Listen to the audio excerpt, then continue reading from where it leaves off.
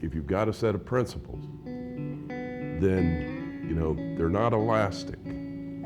They are what you believe. And if you believe that life is sacred, if you're going to be consistent, if you've got a whole cloth here, you've got to put this together. If someone was going to want him put to death, we were going to argue for life without the possibility of parole. Well, Shannon was many, many things. She was extremely bright to begin with. Not only was she a very beautiful person to look at, but she was beautiful on the inside. She was so kind and generous and loving and helpful.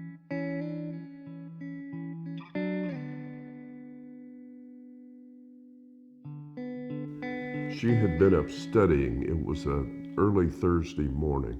The assailant apparently caught her off guard, and she screamed for help as she was being attacked. The next door neighbor heard that. He called 911 and summoned the police. Philadelphia Police 109. Hello, my next door neighbor, I just heard her yelling for help, and What's the address? 251 South 23rd Street. They showed up fairly quickly. They were there within 6 minutes of the 911 call. But the police would not break the door down. So their conclusion was that there was nobody home because nobody answered. Well, she was being strangled to keep her from answering.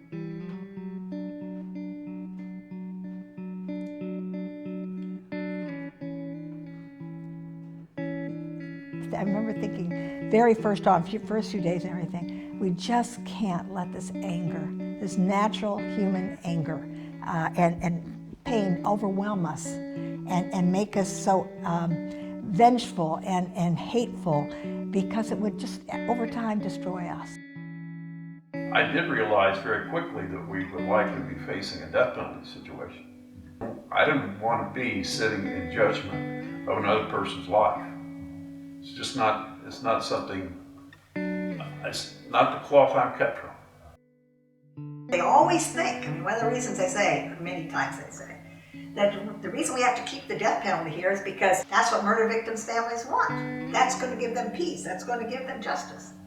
And we come in and say, not quite. We've been through this.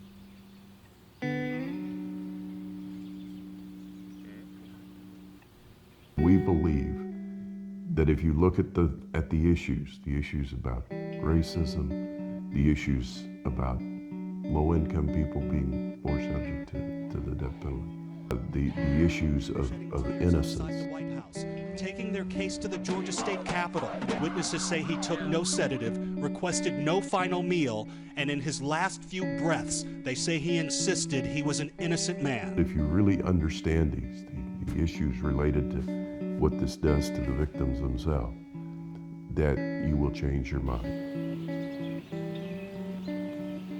This is the way we're honoring our daughter. You know, she would just say, now that you know about this, I said, what are you going to do about it? You know, this would be the way she would want to be honored. I know that.